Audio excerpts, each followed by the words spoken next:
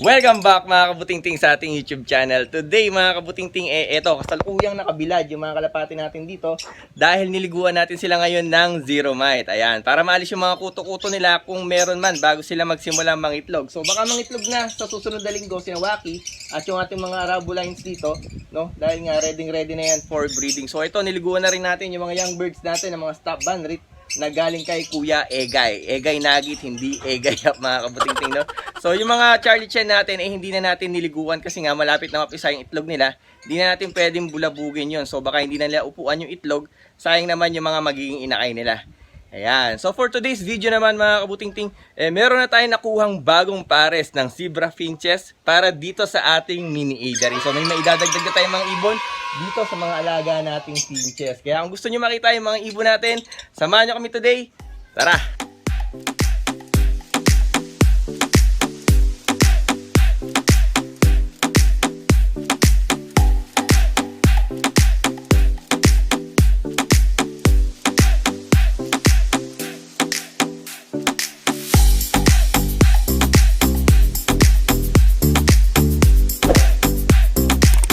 So eto mga kabutingting, medyo tuyo na yung mga kalapati natin dito. So pwede nating ibalik sa mga kanya-kanya nilang mga kulungan itong mga to kasi kanina pa nagbababagyang mga yan, no? So napakatapang ni Waki mga kabutingting lahat. Tinitira niya, pati yung kapares niya binabanatan din niya mga kabutingting. So baka may madisgrasya pa, balik na natin itong mga to sa mga kulungan nila. Unahin na natin itong napakatapang na ibon na to. Yan, halika dito. Ayaw pang pakuha ng buhay, oh. Yun. Yan. So unahin na natin si Waki. Balik natin dito sa kanilang pwesto. Ayan. So, ito mga kabutingting yung kulungan natin kapag ka daylight pa. So, na nakaraan ng blinag natin, hapon na at medyo madilim na, no? So, ngayon, ito yung itsura niya kapag maliwanag pa yung araw. So, ngayon, tanghali pa lang, medyo kumukulimlim lang ng konti, no? Nawawala-wala yung araw. Pero, ayan, mas maliwanag tayo ngayon. And then, ito nga pala yung poop tray na ginawa natin. Hindi ko pala napakita na nakaraan. Ayan. So, ito yung ginawa nating poop tray para sa mga kulungan. So, ayan mga kabutingting, okay naman yung nagawa natin and matibay naman. Kasi nga, maganda yung gantong yero, yung may pintura na kagad, hindi basta-basta nangangalawang yan. And hindi rin basta-basta nababakbak yung pintura niya. Ayan. So, tingnan nyo yung mga ipot ng mga kalapate, no? So, buong-buo yung mga dumi nila. Pagka ganyan, healthy yung ating ibon. So, yung basa na yun, yun yung pinampaligo natin kanina sa kanila. Kaya medyo may basa-basa yung tray natin. Pero, ayan mga kabutingting, no? So, buong-buo yung mga dumi nila. So, sa baba naman mga kabutingting, baka nagtataka kayo kung paano natin ilalabas yung poop tray dito. Kasi nga, merong poste dito. So, dito, hinati natin sa dalawang maliit na poop tray. Ayan, para naman madaling hilahin palabas. So, alisin muna natin yung isa dito. And then, pwede nating hilahin sideways itong isa. Ayan, para makailag dito sa poste. So, ito kasi yung poste na to, hindi natin pa pwedeng alisin kasi nga, lumang padar pa to, no? And then, ito yung poste niya. So, binawasan na nga natin to, pero hindi natin pwedeng alisin ng buo, no? So, poste ng adobe, ayun, no? Adobe ang pader, and then pinatungan na lang to ng hollow blocks, no? Ayan, hindi natin talaga pwedeng alisin ng buo itong poste na to. Ayan, balik muna natin to. Yun. So, ayan, mga kabutingting, ganyan yung poop tray natin dito sa baba. Ayan. So, kunin natin yung iba pa nating mga kalapati dito sa ating bilaran.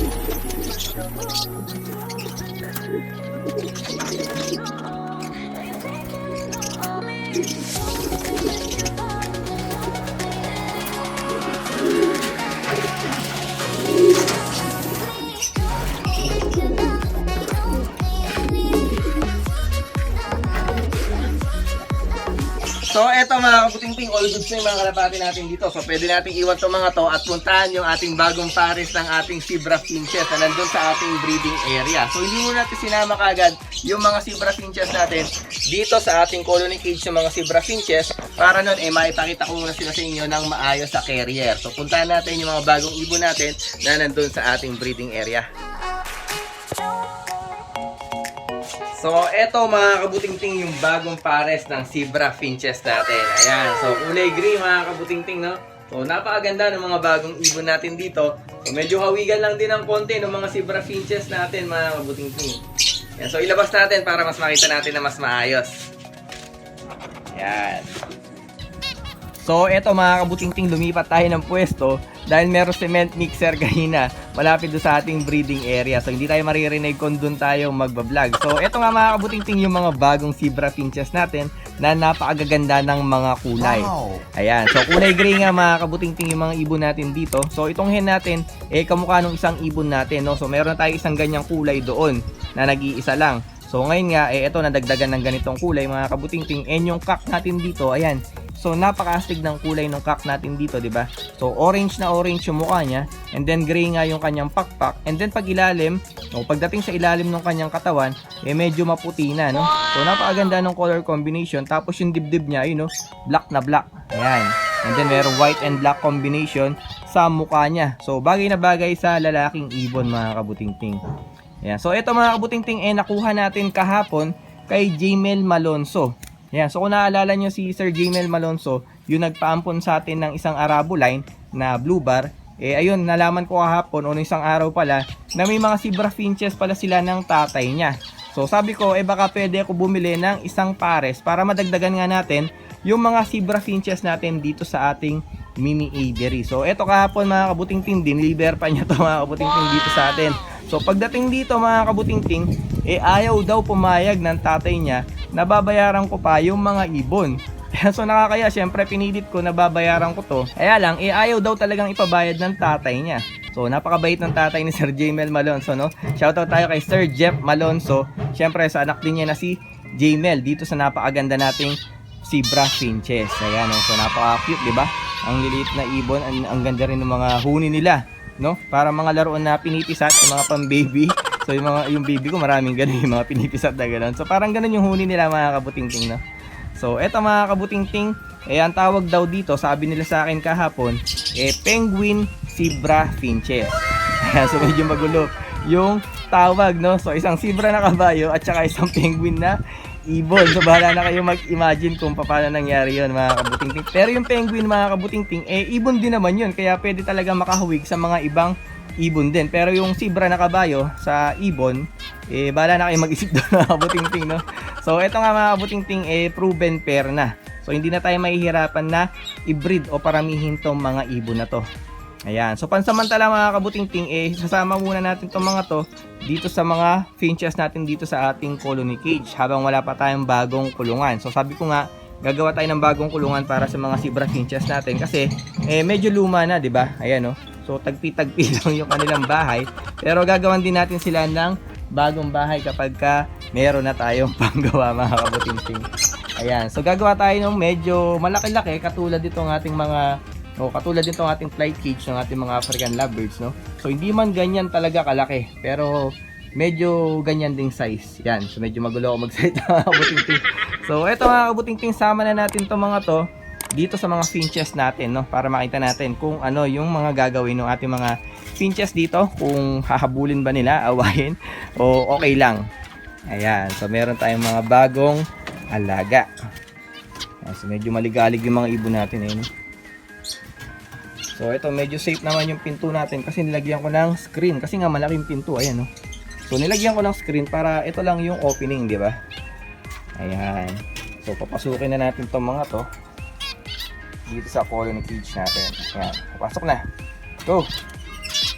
Pasok dun. So, ayaw pa, nahihiya pa. Pasok na. Go! So, ayaw pumasok mga kabuting-ting, ha. Yun! Sabi na natin, makawala pa. So, ayun mga kabuting-ting, nasa loob natin kung nasan sila. So, eto yung cock natin. Ayan, no? So, nangingibabaw yung kulay niya, di ba? Wow! So, astig na astig talaga yung dibdib ng ating cock dito kasi napaka dark, di ba? Kulay black talaga yung ibon natin dito o yung dibdib ng ibon natin dito. So, ito yung ating pinakamatandang ibon, no? Yung ating original na zebra finches na may design din sa dibdib. Ayan, no? So, ito, magkaiba sila ng design. Ito, kulay black yung bago natin. Yung isa naman natin, parang medyo kaliskis na kulay silver yung dibdib niya. Ayan. So, iba pa nating finches, hawig nung tatay nila. So lahat nga yan anak lang ng ating pinakamatandang zebra finches. So asa na ba yung bagong hen natin? So ayun mga kabutingting, yung isang hen natin nakamukha nung bago nating ibon. So ayan yung sinasabi kong kakulay nila, 'di ba? So nasa na ba yung bagong hen? Nagtatago ata. So nawala yung isang hen natin mga kabutingting. Ayun, so nasa baba pala siya. Ayun, lumipad. So ayun yung bagong hen natin mga kabutingting. So hawigan lang talaga siya nung isa pa nating hen dito. Ayan, no, 'di ba? So magkamukha lang talaga sila mga kabutingting. So ayan mga kabutingting, meron na tayong 7 zebra finches dito sa kulungan natin na to. So dapat 8 yan, kaya lang nga bumigay na yung isa nating hen, yung pinaka-breeder natin, yung kapares nung pinakamatanda nating ibon dito sa ating winning aviary. So isa na lang yung bakante ngayon na cock dyan. So 4 na cock at saka 3 hen. So kailangan pa natin ng isang hen yan para nun pares-pares na lahat. So meron na tayong 4 na pares kapag ka nakakuha pa tayo ng isa pang hen na zebra finches. Ayan.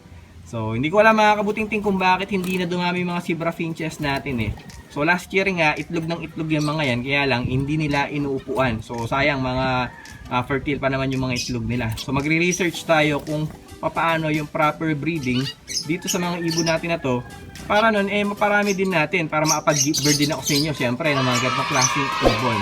Yeah, so magaganda rin yung mga gantong ibon mga kabutingting. Ang cute ng mga huni, no? Parang ang laruan na pinipisa-pisa ng mga bata.